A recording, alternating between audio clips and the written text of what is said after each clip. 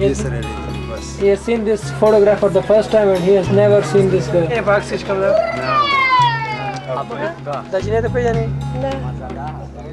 Here's my wife. Yeah? You're sure? How much is one photo? Reversing roles, Steve finds himself on the other side of the camera. I've watched these photographers work on the street in Peshawar, and it just amazes me. It's sort of like a equivalent of a Polaroid camera. They reach into this box and they pull out a black and white photograph. Oh, that's great. Look at this. Oh, that's wonderful. Oh, that's great. We have an appointment with the elders. I hope that they can give me some information about maybe where she is living now. Elders are tribal leaders who serve as the patriarchs of an extended family. They know the comings and goings of all the people in their community. Haji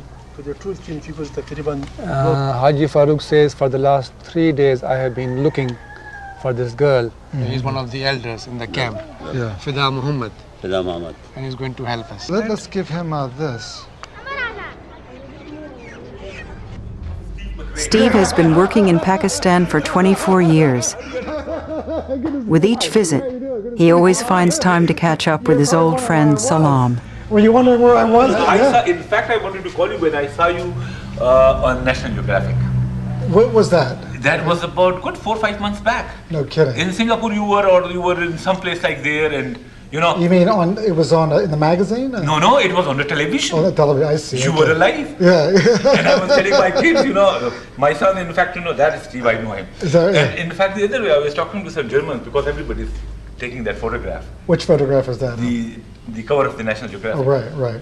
And people are mad about it. Is that right? Yeah. Yeah. In fact, I'm back here on this trip looking for her.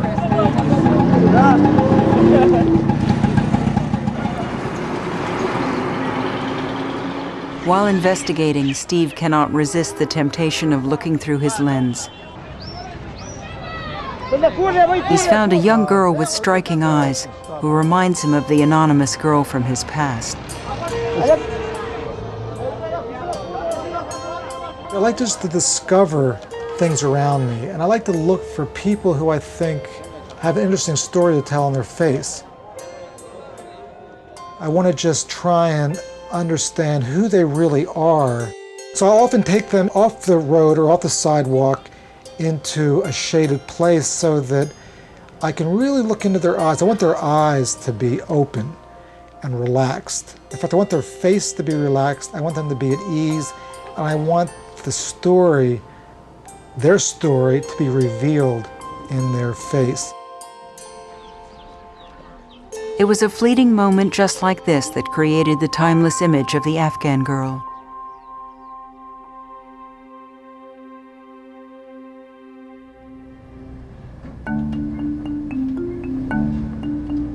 Back at the National Center for Missing and Exploited Children, Glenn Miller is aging Steve's original photograph.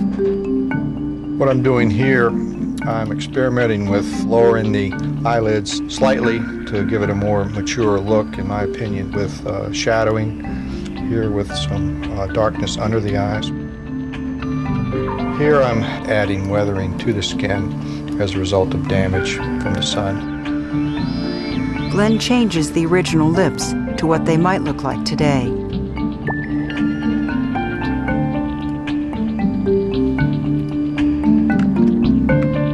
You have to keep experimenting with various tools until you arrive at something that you're satisfied with.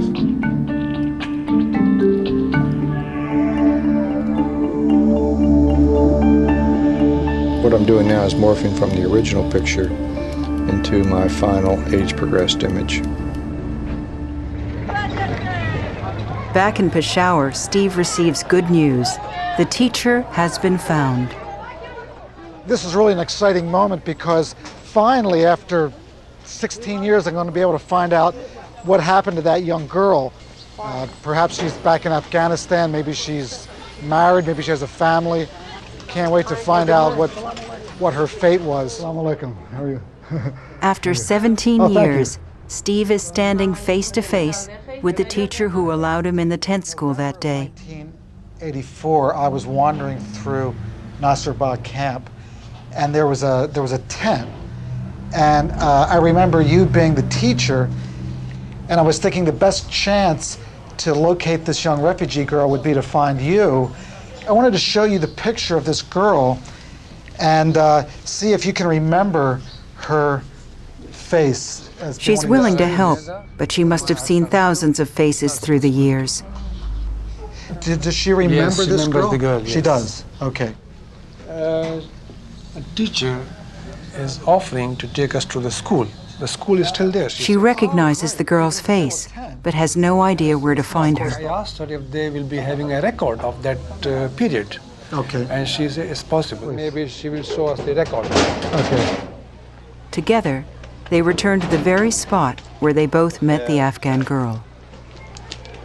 This is the same school where I photographed that young refugee girl in 1984. It was a tent at that time, and now it's a proper school with classrooms and blackboards. We're going to look and see if we can find the records, see if we can find her whereabouts. Steve enters a secret world.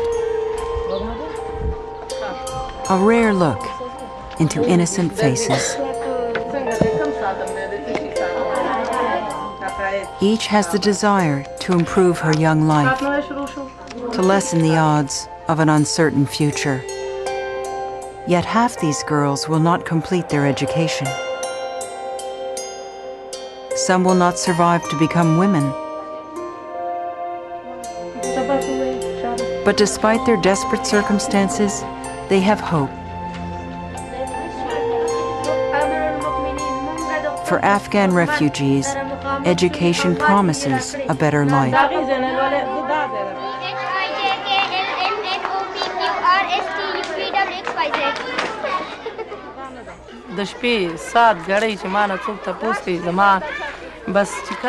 I cannot bear the suffering of my people. We have lost 2 generations. What will happen to us and our children with no education and no future?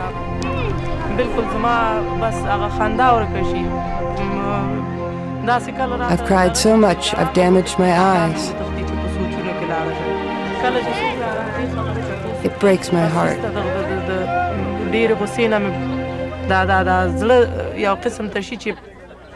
Who are these people? From inside a classroom, a clue emerges. That girl says that I know her. This girl was at the same school, she says.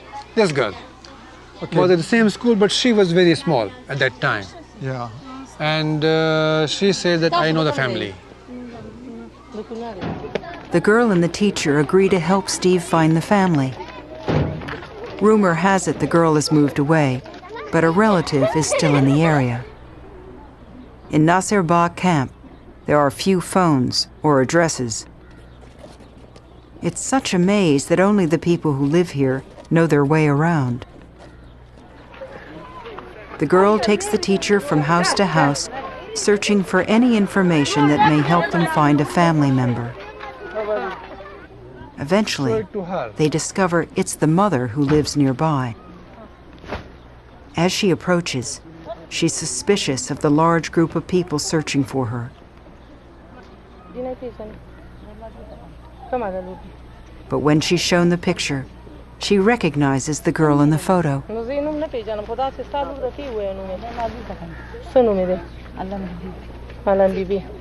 This woman we met in the camp is saying the girl in the picture is her daughter.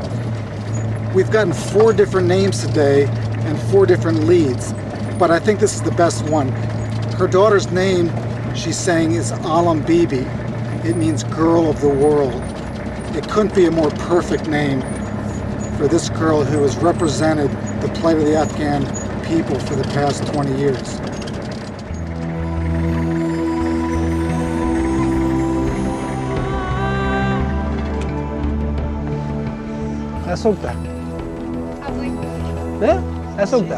I asked him, who is she? And he said, it's my mother. Oh, right. It's amazing.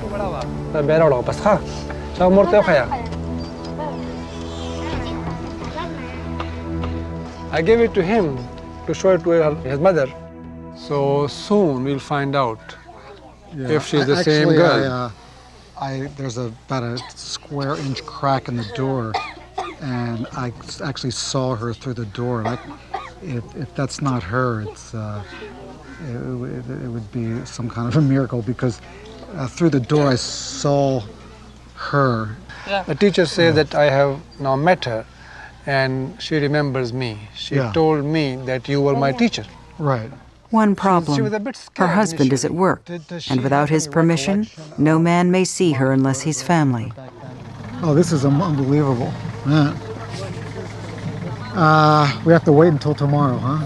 Oh, jeez. I know that you want to do it today, just now. And it's so near, I know. and yet so far. 10 feet. 10 feet. She's just there. I can still see her. She was just there, the door, just behind the doors. Yeah. And she's peeping through all those, doors.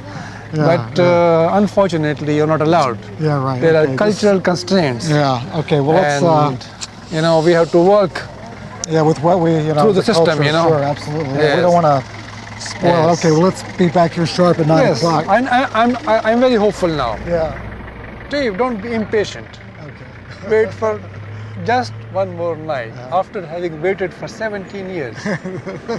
Tomorrow morning, God willing, your wish will come true.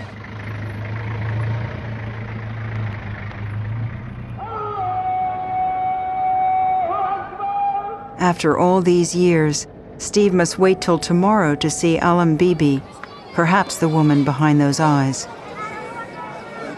To ease his mind, he takes a late-night walk through the old city.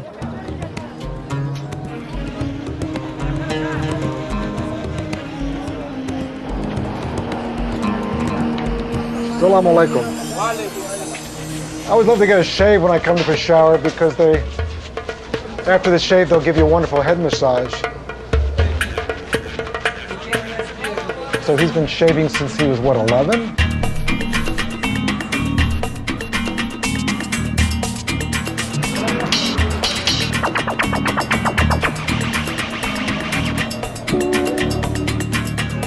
Oh my God.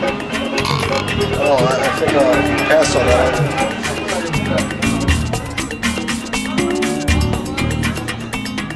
Lovely, thank you. Good job. Very good job. Thank you.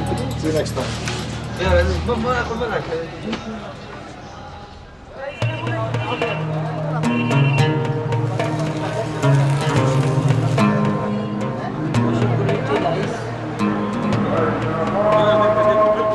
Despite the head massage, Steve is still anxious.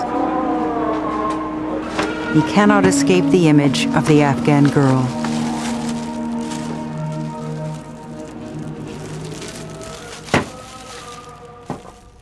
Can you give me a special price on that? Okay, 50 more for you discount. Do you know why I want you to give me a special price? This one is the local price. Huh? But I'm the one who photographed her. I'm the photographer. You see the name here? Yeah. Steve McCurry? It is for you 80 rupees. 80 rupees. Oh, you're going to give me 20 rupees discount because it's that's very kind of you. Very generous. It's the end of a long day. Tomorrow, he hopes to be one step closer to finding the Afghan girl. I didn't get much sleep last night because the anticipation is a bit much, but I'm hoping that all goes well. The following morning, Steve sets out early. He's waited over 17 years for this moment. During the night, Rahimullah received word that Alam Bibi's husband has granted Steve permission to meet her. So he's the husband good. of the lady. Okay, great. Well, just tell them that we're very happy to meet them and happy that they allowed us to come into their home and meet the family. Steve.